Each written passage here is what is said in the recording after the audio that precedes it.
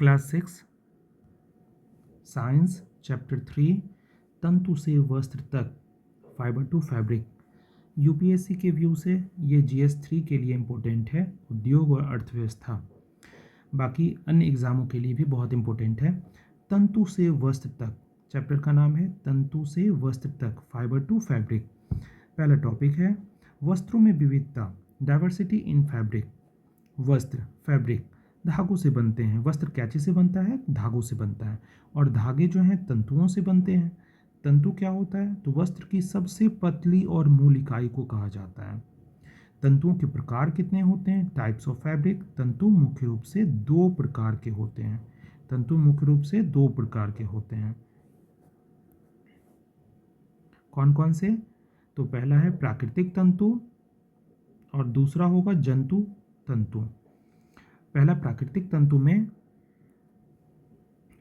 तंतु यानी natural fibres कहते हैं वे तंतु जो पादपों, प्लांट्स या जंतुओं, एनिमल से प्राप्त होते हैं। तो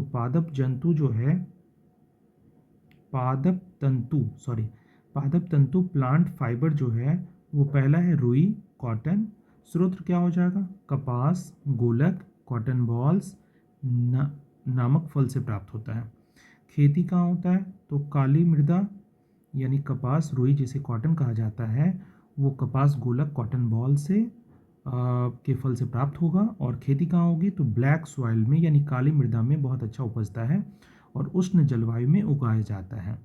उत्पादन क्षेत्र कहाँ ज़्यादा होता है? फेमस कौन सा स्टेट है? तो महाराष्ट्र है, गुजरात है, पंजाब है, हरियाणा और तमिलनाडु है।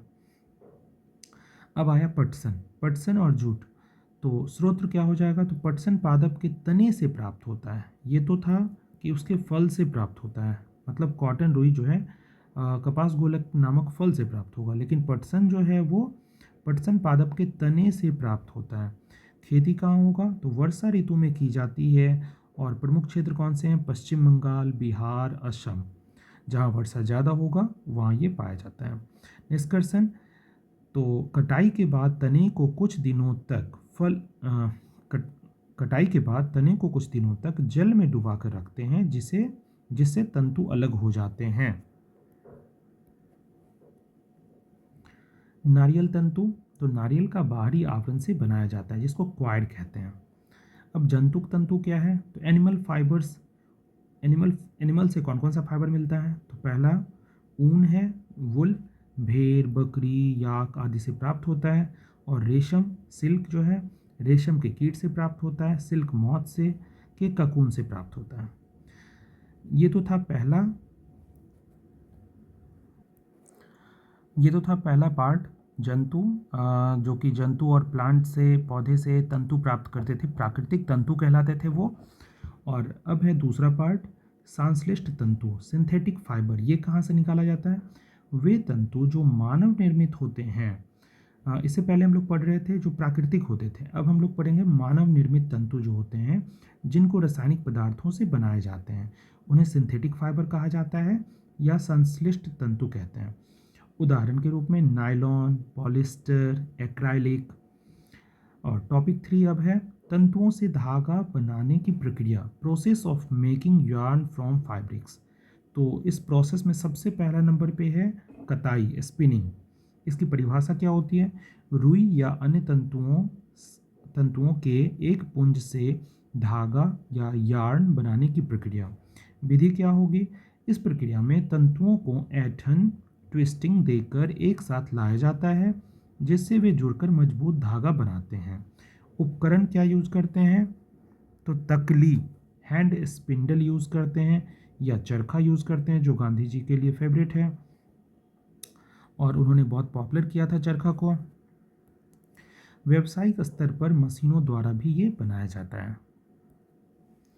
अब फोर्थ टॉपिक है धागे से वस्त्र बनाने की प्रक्रिया, process of making fabrics from yarn.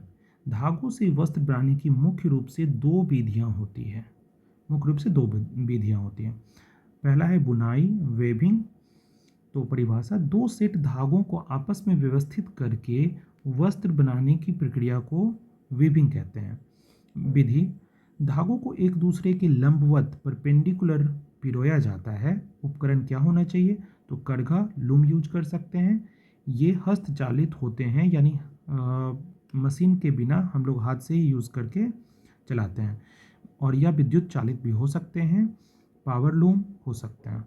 दूसरा क्या होता है, बंधाई या गुथाई, नीटिंग जिसको कहते हैं। परिभाषा क्या होगा, एकल धागे का उपयोग करके वस्त्र का एक टुकड़ा बनाने के लिए किया जाता है, जैसे स्वेटर। विधि क्या होगी, हाथ से सिलाई की सुइयों या मशीनों द्वारा फंदे बनाकर। अब अंतिम टॉपिक है कपास उत्पादन से वस्त्र तक की यात्रा। कपास उत्पादन से वस्त्र तक की यात्रा के मुख्य चरण, कितने सारे स्टेप्स हैं। तो पहला स्टेप क्या है, कपास गोलकों से तंतुओं का चयन, हार्वेस्टिंग, पिकिंग करते हैं यानी हाथ से चुनते हैं। दूसरा दूसरा स्टेप क्या है, ओटना, गिनिंग, रुई से बीजों बिनौलों को पृथक करने की प्रक्रिया। तीसरा स्टेप क्या है, कताई यानी स्पिनिंग, तंतुओं से धागा बनाना। और चौथा स्टेप क्या है, बुनाई या बंधाई, वेबिंग या नीटिंग, वस्त्रों धागे से वस्त्र बनाना। तो इस तरह से 5 टॉपिक इस चैप्टर में था जो कंप्लीट हो गया।